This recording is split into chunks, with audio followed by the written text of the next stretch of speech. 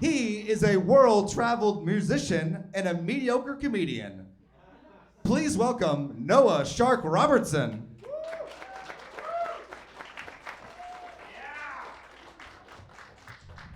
Addison Improv, it's Wednesday night. It's time to party, am I right? Let's go! I had a couple Bud Lights earlier. I'm gonna get naked and fight somebody tonight, I swear to God. Probably this guy right here. You're closest to the stage, man. I don't make the rules. Welcome to a comedy show. Hey, man, I just want to say something real quick, man. I'm sorry about that whole getting naked and fighting somebody thing. I had a 23andMe done recently, and it turns out I am whiter than the line at Starbucks. German, French, Irish, and British. Yeah. And for some reason, when I saw that, I instantly was like, I've got Viking blood, brother! So yeah, I've just been exploring my heritage a little bit, getting naked and fighting people. Yeah, and it's going good. Yeah, it's going real good. Apparently, I look like I will sell you weed, but I might accept Little Debbie's snacks as payment. This guy right here offered to trade me a Swiss roll for a pre-roll before the show. How rude. I will be eating that later, though. Thank you, sir. I hope you enjoy that pre-roll, man. Hell yeah. I do look like a Viking, though. I've got Viking energy, right? I look like a Viking? Yeah, I look like a Viking that likes to plunder Dunkin' Donuts.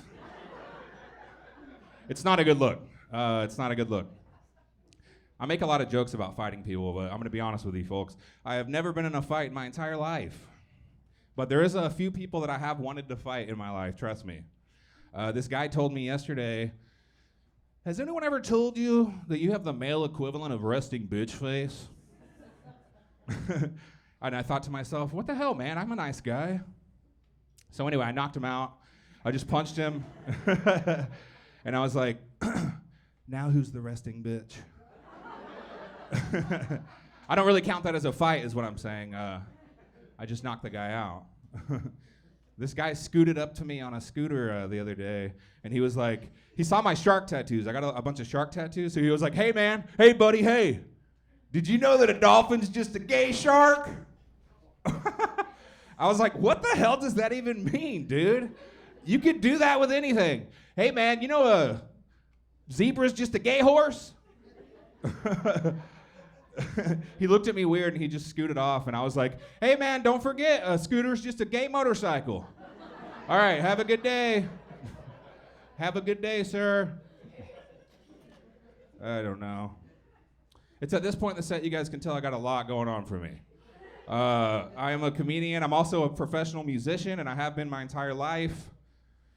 I actually packed up my drums and my clothes in my car, and I moved out to Hollywood, California at one point. And it actually ended up working out pretty nice for me. I signed a bunch of record deals. I got to tour all over the world. I got on the Billboard charts. I got to live in my car. I got to drive for Uber. Pretty sweet. But those two things do not go very well, by the way. If you're an Uber driver and you live in your car, especially when you're trying to meet the ladies, because when you're at a bar, they're always like, so what do you do? And I was always just like, I work from home. I work for a technology company. I'm self-employed. You got to do what you got to do, man. Yeah. I actually did live out in Hollywood, and I decided to move back to Texas recently, but I made the mistake of leaving my California license plate on my car. Yeah, big mistake. So when I rolled into town, some guy was like, we don't take too kindly to you, Ken, around these cats and parts. I got out of the car, and I was like, Dad, it's me. I'm just kidding. I've never met my biological father. Totally a bastard. As a matter of fact, I searched for my biological father for 38 years of my life. I finally found him recently. We're arranging our first meeting, and he passed away before I could even buy the plane ticket. Yeah, my dad ghosted on me, everybody. It's just sad. Not good. Not good at all. Yeah, anyway. So, like I said, you guys can tell I got a lot going on for me. No, I really did drive Uber out in Hollywood, and you guys take Uber rides, Lyft? Right chair? Yeah, we've all done it, right? Who's sitting in the front seat out here? That's what I thought. Yeah, that's usually how I identify the creeps in the room. Nobody wants to admit it. This guy sat in the front seat I swear to God.